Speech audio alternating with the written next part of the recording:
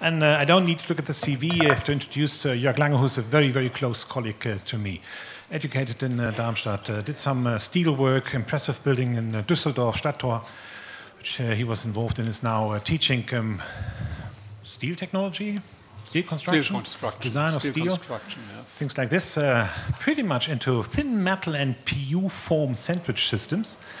And, oh, you already started. And at a certain point, we bounced into each other and identified that this is an super interesting field. And since then, I see him really pushing this field intensively. I'm jealous. It's yours. Okay, Uli, thank you for inviting me, and thank you for introducing me. And thank you to all of you for your interest and for being here.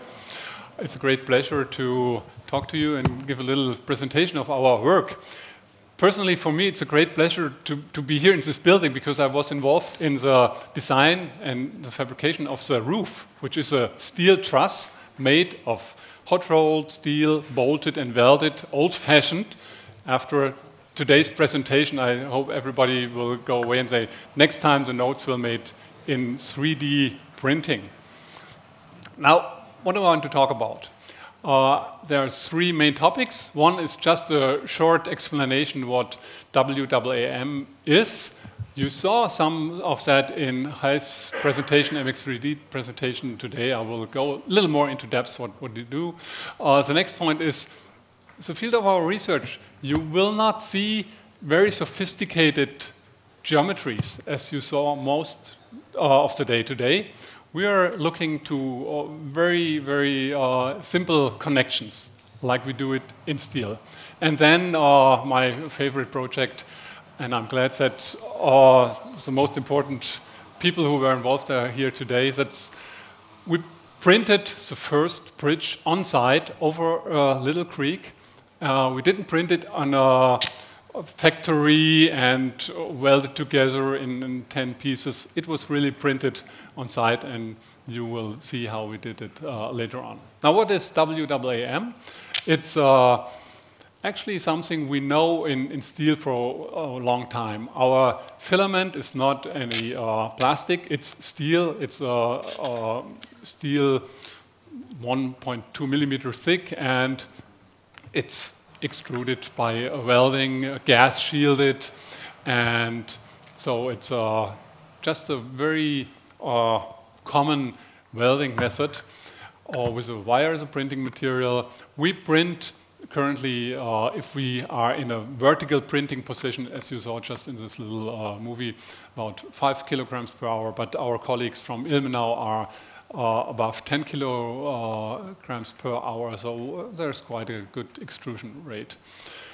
What we are not doing is Formula One, sophisticated geometries. We are more with everyday use like golf or something like this. And what I mean with this, I want to show you with this building. It's a steel building standing in Darmstadt. We have a very, very simple rectangular steel frame, and we are talking about the connections from the beam to the column. Here we have a double angle connection, which is widely used in steel. You have two steel angles, you have a few bolts, and everything is bolted on site. But you need the bolts, you need the angles, you need a ladder or scaffolding for the people who are doing the erection to connect everything. And so our idea was, why not print a hook on the column?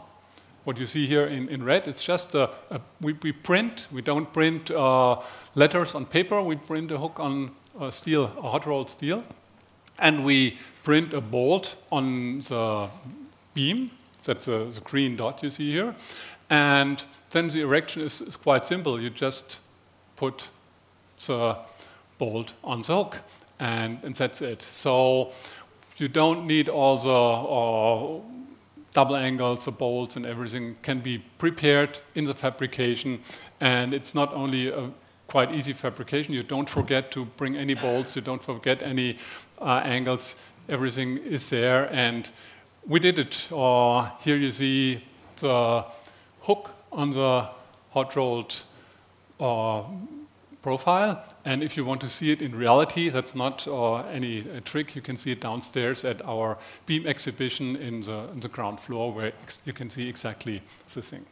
Now, this was our first idea, just to take easy, normal, everyday steel connections, not a single geometry form, but something that can be incorporated into the steel fabrication 1,000 times per week, because these connections are fabricated very, very often. And of course, every connection will have a little other detail. You can do some optimization, and there we are with the question optimization. As was mentioned today quite a few times, additive manufacturing is just calling for topology optimization, because we want to print with a very small amount of material, because the printing process is that what costs money.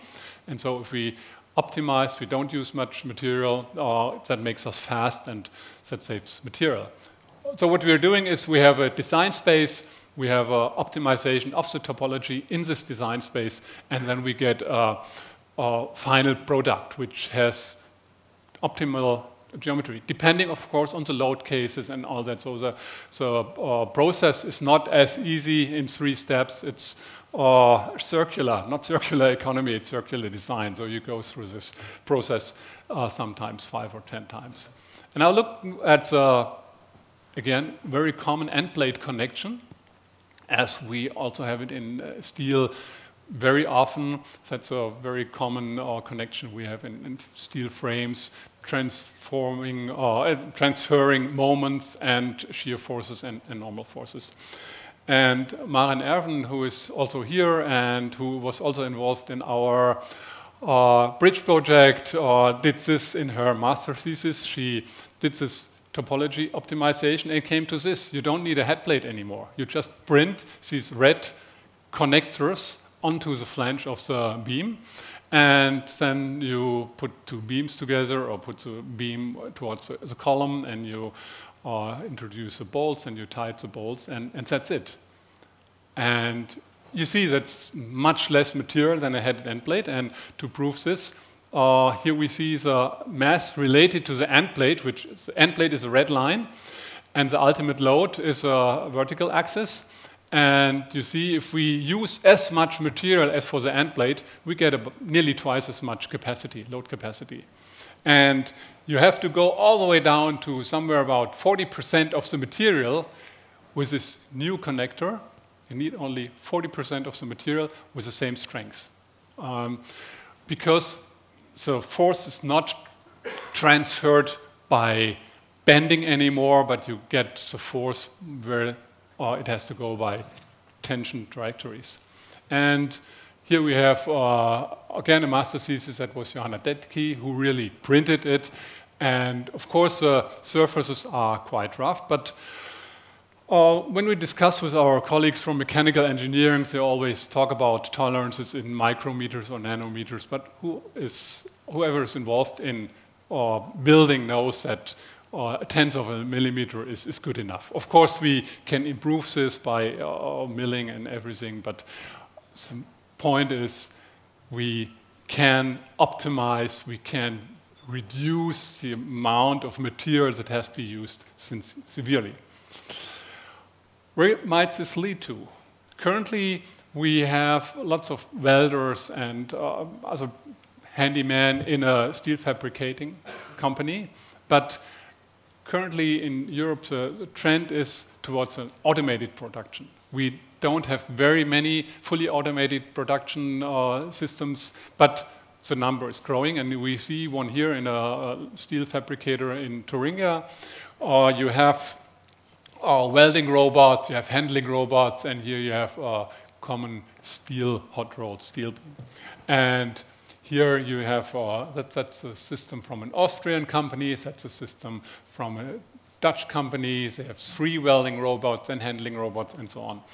So this opens totally new ways of fabricating, because currently we have to keep various steel sheets in stock for head plates, for fin plates, and all that. We have to cut these. We have to we get a lot of off-cut and scrap handlings that has to be carried someplace. We have all the logistics, the in-house logistics, the plates that have been cut have to be transported to the place where they will be finally placed on the beam or on the girder. And all this is not needed anymore with additive manufacturing. Let's look at another advantage for a stiffener. Usually for a stiffener we take a plate, a steel plate, and we have a hot-rolled I-beam. Unfortunately, the steel mills producing hot-rolled I-beams have some tolerances. And these tolerances might be that the flanges are parallel, as seen here, but not rectangular. So the problem is if you come with your plate, you will have a void here, and you will have a void here, and you have to fill this with welding material. And if you don't have them parallel, it's even worse because the plate might not even fit in there. Why not take an additive manufactured plate like we see it here? Here you see the process.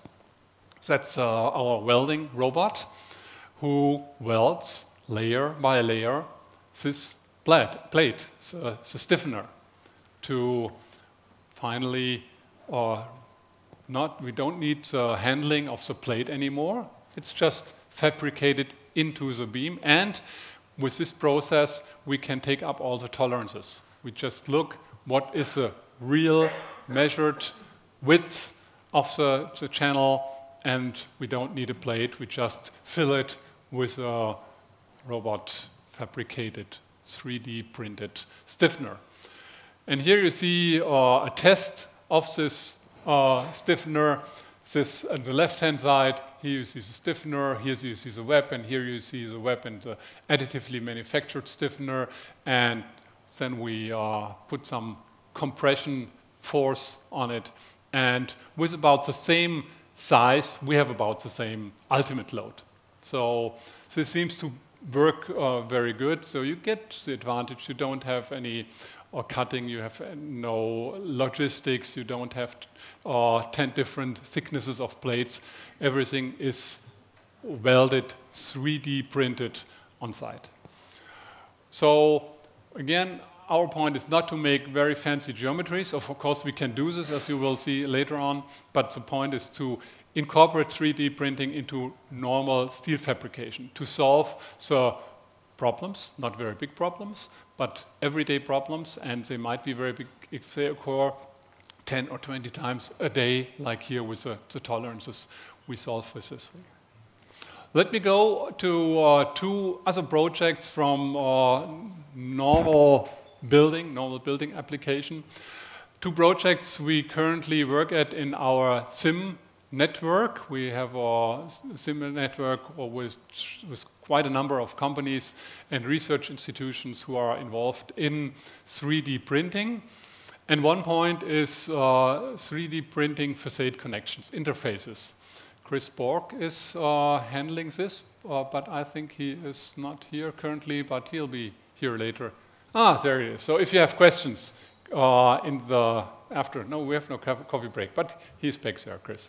Okay, and he has a mock-up downstairs where you can also look what he's doing. So what we are doing is we use some kind of measuring device to see how the substructure is. It must not be as curved as this, but we know that the substructure of the facade might have some tolerances.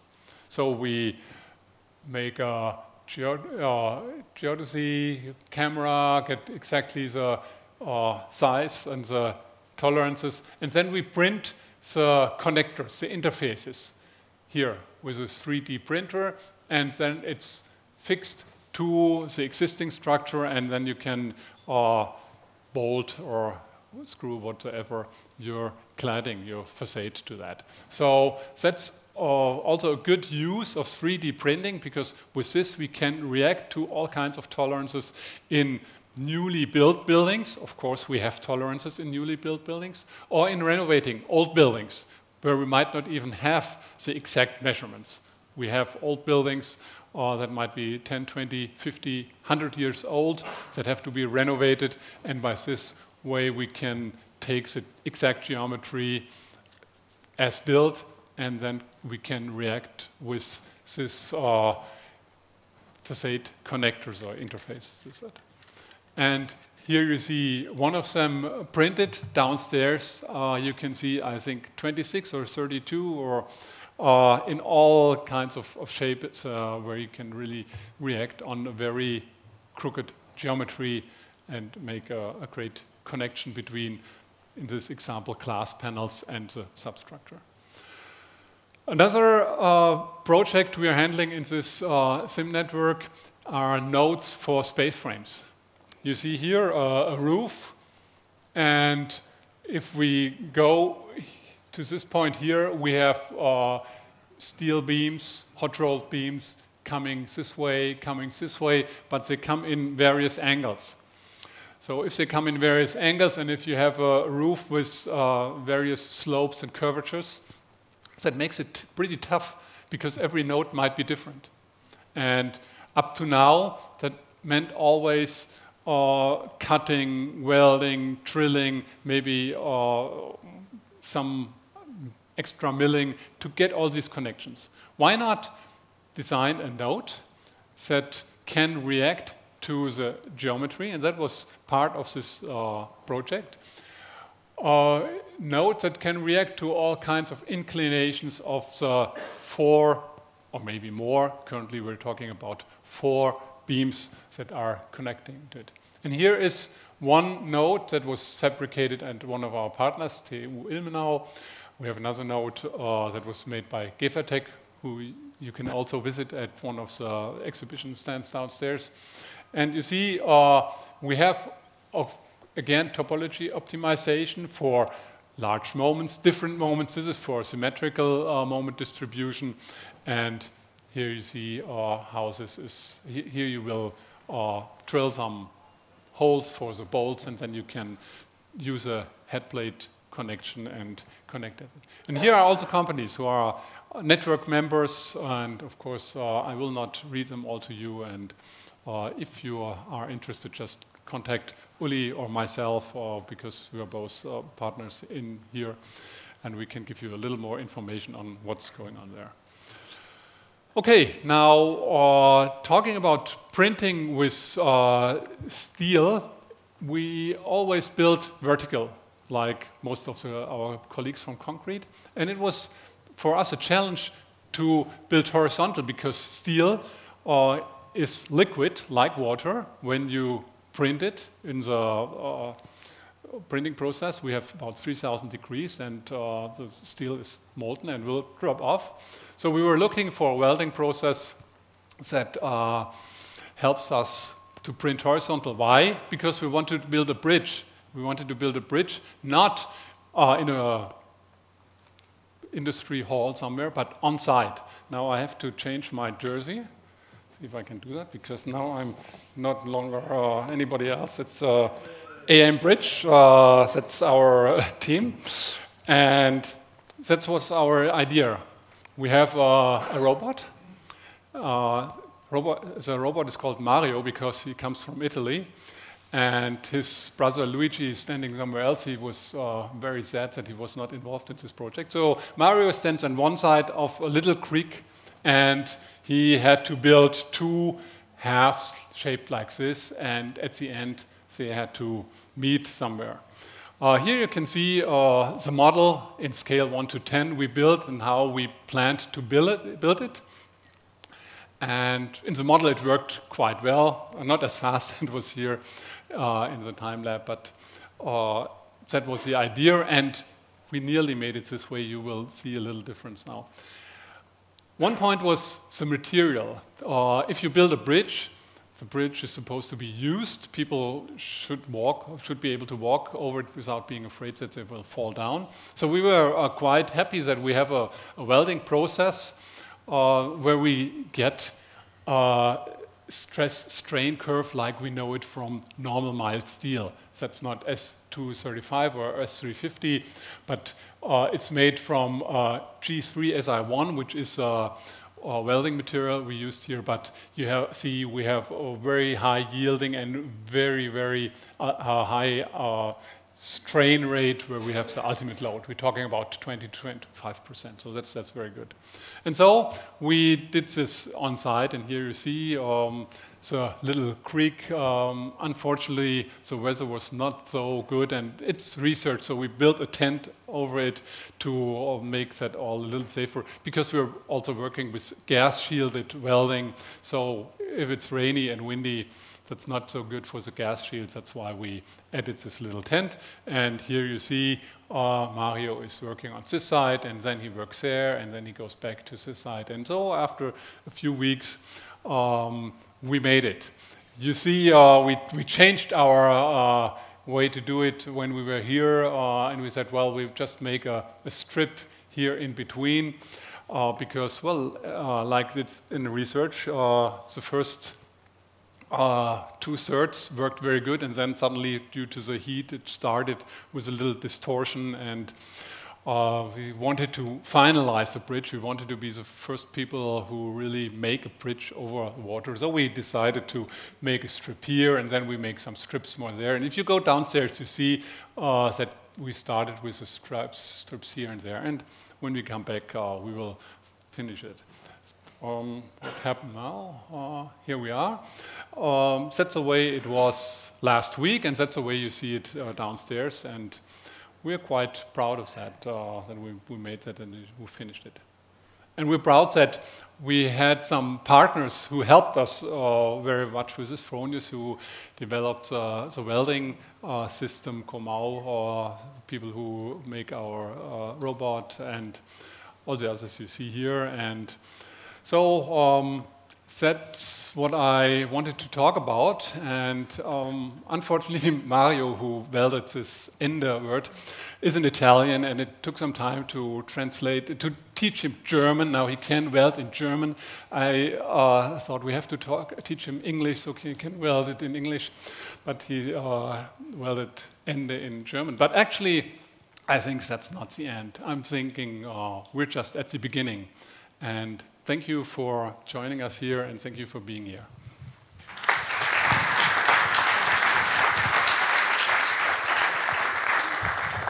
Interesting to see. There's this concrete unit, and then there's now this steel unit. So interesting to see these different materials, pushing so much. Question to them. No question. Come on, there must be a question. Jörg, what is your next challenge? So after the bridge. I know that Thilo, who's there, just raise the hand, he was also part of the design team, and Maren, where is she? That's another one from the design team. They're pushing us to find the next challenge, and I'm a bit worried because we have to finish this challenge, and then the next one is going to be interesting. Maren doesn't like it. Any more questions? Yeah, here we go, finally, thank you. You saved me. Hi, thank you for the presentation. I was wondering, how do you see, if you see a combination of both the strategies, the on-site printing and the, let's say, the addition of an existing structure? So if you see, for example, coming to an existing building and printing on top of something that already exists, and if it makes sense, because it makes a lot of sense how you explain this on a line of production where you just transform that and add up a small element on it. That makes total sense. But then this other strategy, and of course the technology itself can be used on site, but of course the machine is very hard to get into, like next to an existing construction, like a robot basically. So how do you see a potential combination there or not? Yes, thank you very much for this question, because exactly that's one of the upcoming challenges, to take smaller robots, not micro robots, but smaller robots that are more faster, that can go someplace and are not as heavy, that maybe they can climb a column and add some welding in a nodal point. If we go to an old loft which will be reused, where we have higher loads and we have to Currently we have a joint and we want to make a fixed connection from this joint by welding something to that, or by adding something to strengthen it. I think that's an interesting point, because that there are various challenges. We need other robots. We cannot work with those robots. We need smaller robots. We have to scan the existing structure, and we have to incorporate all this into a on-site process. So, well, that's one of the challenges. I think it's clear why you asked this question. You have this small parts at the exhibition where, say, columns are placed next to each other and then connections are welded, which is actually facing this, or say, targeting this question. So you take common material and then you interlock them, you connect them with this additional locks. Very nice project, which you also see at the exhibition. Thank you. Any more questions? Okay, cut. Thank you.